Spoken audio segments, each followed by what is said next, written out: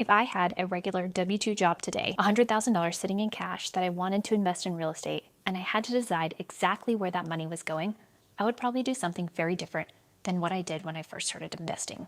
And that's because after owning rental properties, house hacking, wholesaling, and eventually getting into private money lending, I've stopped asking what real estate strategy can make me the most money, and instead the question I'm asking myself is what strategy gives me the return I'm looking for without creating a second full-time job. And if I were starting over today, I would seriously consider putting a significant portion of that $100,000 into private lending, but I probably wouldn't put all of it there. So in this video, I'm going to walk you through exactly how I'd think about deploying $100,000 across several different real estate strategies, the numbers I'd be looking at, and what I would personally choose if I had a demanding W-2 job, which I do. So if you're new here, hi, I'm Andrea. I'm a pharmacist turned real estate investor, and I spent the last several years building a real estate portfolio while working a demanding career. I've invested in rentals, house hacks, creative finance deals, flips, and private lending. And over time, I've become much more interested in figuring out how to build wealth through real estate without creating another job for myself. And that's really who I make these videos for. People with W-2 careers who want to use real estate to build wealth, but don't necessarily want to spend every evening dealing with tenants, contractors, and toilets. So if that sounds like you, consider subscribing because that's what we're going to be talking about here every single week. So now let's get to that $100,000. First, before I start allocating this money, I want to make one assumption. When I say I have $100,000 to invest, I'm assuming this is actually investable capital. I've already got my emergency fund set up. I'm not carrying any high interest credit card debt. I don't need this money to buy a house in the next year. And I don't have some other major financial obligation that requires this cash. This is the $100,000 that I can actually put to work. Because if you're starting with $100,000 in your bank account, but $30,000 of it is really your emergency fund, then you don't actually have $100,000 to invest. I know this probably goes without saying, but you then have $70,000. So for the purposes of this video, we're going to assume the full $100,000 is available for investment. So now the question becomes, where would I actually put it? The first option is probably the most obvious one: buy a rental property. Let's say I find a $400,000 property. If I'm putting 20% down, that's $80,000. That leaves me with approximately $20,000 for closing costs, initial repairs, reserves, covering the vacancy and holding costs, and other expenses. And on the surface, this sounds pretty compelling. I now control a $400,000 asset with $100,000 of my own money. That is the power of leverage. But here's where I think a lot of newer investors get overly excited about rental properties. And this was me when I first started, hands up. They look at the rent and the mortgage and they say, I'm gonna make $800 a month. But that's not actually your cash flow because you have vacancy, you have repairs, you have maintenance, you have capital expenditures, you have property taxes, you have insurance, you have property management, and eventually something is going to break at the absolute worst possible time. So when I look at a rental property, I want to underwrite all of those expenses. And depending on the market and the property, after accounting for those expenses, you might end up with something like $150 to $300 a month in actual cash flow. So let's use that range for our example. At $150 a month, that's 150 times 12, which is $1,800 per year. On $100,000 invested, that's a 1.8% cash on cash return.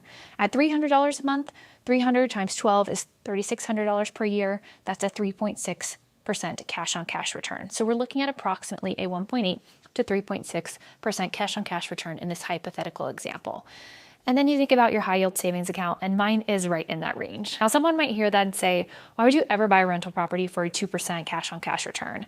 And I think that's probably the wrong conclusion because cash flow is one component of the return, but you also have the potential for appreciation. If the property increases in value, you can participate in that upside. You have principal pay down. Your tenant is helping you pay down your mortgage over time. You have potential depreciation and tax benefits, although these can be a little bit different if you have a W-2 job. And you get the benefits of leverage because you're controlling a larger asset with less of your own capital. So I absolutely think rental properties can be a fantastic wealth building strategy. But here's the part that matters if you have a W-2 job. A rental property isn't passive just because you hire a property manager. You still own the property, you still have to make decisions, you still have to approve major repairs. You still have to deal with capital expenditures, you still have vacancy risk, you still have to evaluate whether the property manager is actually doing a good job. And if the roof needs to be replaced or the HVAC dies, you're still the person who's cutting the check every single time. So I think rentals can be a great strategy, But if I'm working a demanding W-2 career, I'm going to place a really high value on my time. And that's going to influence how I allocate this $100,000. The second strategy I would consider is house hacking. And this is actually how I got started investing in real estate. I bought a duplex and lived in one side while renting out the other. And I'm going to be very honest with you. I actually hated it. I hated sharing a property with a tenant. I hated sharing the wall with a tenant. I hated the lack of privacy. And immediately we had a dog. Our tenant was like, hey, can I have a dog? Her lease specifically said no. It was just a whole thing, right? And I realized pretty quickly that that lifestyle was not for me. But that doesn't mean house hacking is a bad strategy. Actually, from a purely financial perspective, I think it can be an incredible way to get started. And if you're willing to live in a duplex, triplex, fourplex, you may be able to use owner-occupied financing, put less money down, and have your tenants offset a significant portion of your housing costs. And if you're 25, you have $100,000, you're renting anyway, and you're comfortable living in a property with other people, I would absolutely put this near the very top of the list. Because your return isn't just the cash flow. You're potentially getting reduced housing costs, appreciation, principal paydown, tax benefits, leverage, and you're getting the experience as a real estate investor. But here is my biggest takeaway from my own experience. A strategy can be financially attractive and still a terrible fit for your life, like it was in my instance. I hated house hacking, but someone else might absolutely love it. So if you have a W-2 job and you're willing to live in a property for a year or two, I would seriously consider it. But I wouldn't do it just because someone on the internet told me it was the mathematically optimal way to invest my $100,000. The third option is investing passively with someone else. This could be through a real estate syndication, a fund, or a partnership with an experienced operator. And the appeal is obvious. You provide the capital, someone else finds the deal, someone else manages the deal, manages the property, and that's huge for me. Someone else handles the tenants, the contractors, the renovations, and the operations. You participate in the investment returns. For someone with a demanding W-2 career, that can be incredibly attractive, but I want to emphasize something. Passive doesn't mean risk-free. If anything, when I'm investing passively, I want to be extremely careful about who I'm giving my money to. I want to know who is the operator, what is their track record, how much of their own money do they have invested in this deal, how much debt is on the property, what happens if the renovation costs more than expected, what happens if rents don't increase as projected, what happens if the property takes longer to sell, what is the exit strategy, and probably most importantly, do I actually understand how I'm getting paid and what could cause me to lose money? Because one of my biggest investing philosophies is that if I don't understand an investment, I'm perfectly comfortable saying no. Some of my best investment decisions I've made are actually deals I didn't do, and that's something I think is particularly important when you have a W-2 job. You don't need to force your money into an investment simply because you have money available. Which brings me to the strategy that I would probably allocate the largest portion of my $100,000 toward today: private money lending. And if you've never heard of private money lending, the basic concept is pretty simple. Instead of buying the property yourself, you lend money to a real estate investor who is buying or renovating the property. They use your capital and you receive interest, and the loan is secured by real estate. For example, let's say I lend an investor $50,000 at 10% annual interest for 6 months. If the loan stays outstanding for the full 6 months, I'd earn approximately $50,000 times 10% for half the year is $2,500 of interest. Then the investor pays back my $50,000 principal, and I've earned $2,500 without owning the property or managing the renovation. And this is one of the reasons I really like private lending for people with demanding W-2 careers. I'm not having to find any tenants. I'm not collecting any rent. I'm not managing a property. I'm not coordinating any contractors. I'm not dealing with a broken toilet. I'm just providing the capital. Now, that doesn't mean that private money lending is risk-free. Far from it. You have borrower risk. You have property value risk. You have construction and rehab risk. You have liquidity risk. And potentially, you have foreclosure risk if the borrower defaults. So the interest rate is only one piece of the equation. One of the biggest mistakes I see people make is looking at a loan that pays 12% and thinking, great, I'm getting 12%. But my first question would be 12% on what? And secured by what? Let's say someone wants to borrow $50,000 from me. If there's $200,000 of debt ahead of me, I don't really care that my loan is only $50,000. I need to understand the total amount owed against the property, including the positions senior to mine, and compare that to a conservative estimate of what the property is actually worth today, not what I think it will be worth in the future. Because smaller loans don't automatically mean lower risk. In fact, if you're in a junior position, you could potentially take on more risk, even though your individual loan amount is smaller. So if I were putting 40 or 50,000 into a private loan, I'd really want to make sure that I understand what is the property worth today? What will it be worth after the renovation? How much debt is ahead of me, if any? What is my loan to value? What's the borrower's track record? What is the rehab budget? How much equity does the borrower have? What happens if the project goes over budget? And what is my actual exit? That underwriting is what makes private lending very interesting to me.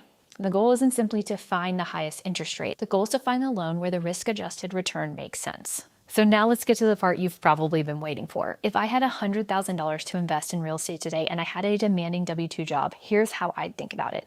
I might allocate $40,000 to $50,000 to private lending, $25,000 towards a future rental or real estate acquisition, $25,000 into a passive real estate investment or opportunity, and the remainder, if any, I'd keep $10,000 as an opportunity fund that I could deploy when something really compelling comes along.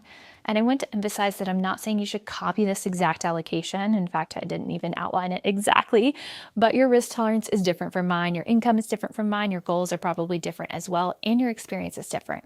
What I like about this approach is that I'm not betting everything on one strategy. I'm getting exposure to real estate in different ways, and then hopefully I'm figuring out what is a really good fit for me.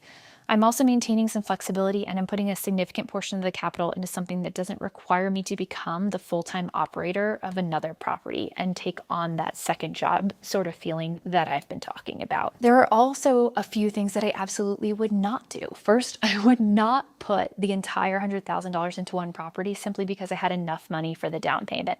Having enough money to buy something doesn't mean it's a good investment, and I would think about that cash-on-cash return and my long-term goals and my interest in being a landlord before I did that. Second, I wouldn't invest with an operator I haven't properly vetted. Third, I wouldn't choose a private loan simply because it has the highest interest rate. And fourth, I wouldn't invest in something I don't understand. That last one is probably the most important. There are so many different ways to invest in real estate. You do not have to do all of them, and you don't need to take every opportunity that comes your way. So if I could go back to the beginning of my real estate investing journey with $100,000 in a W-2 job, I think I'd spend much more time thinking about the relationship between return and time. Because when I started, I was very, very, very focused on making money. And obviously that's important. I didn't fully appreciate how valuable my time was, though. I started with a duplex, I house hacked, and I hated it. Other people might have had a completely different experience, and that's great. But that experience taught me something very important. The best investment strategy on paper isn't necessarily the best investment strategy for you. Maybe you love renovating houses. Then flips might be the best fit. Maybe you love analyzing stocks and businesses. Then real estate syndications or other passive investments might be way more appealing. Maybe you don't mind the idea of tenants and want long-term appreciation. Then rentals probably make sense. And maybe you have a demanding W-2 career and want your real estate investments to require as little ongoing time as possible. Then private money lending might deserve a much closer look. The goal is to find the strategy that fits the life that you are trying to build. So if I had $100,000 to invest in real estate today while working a W-2 job, I wouldn't be looking for one perfect investment.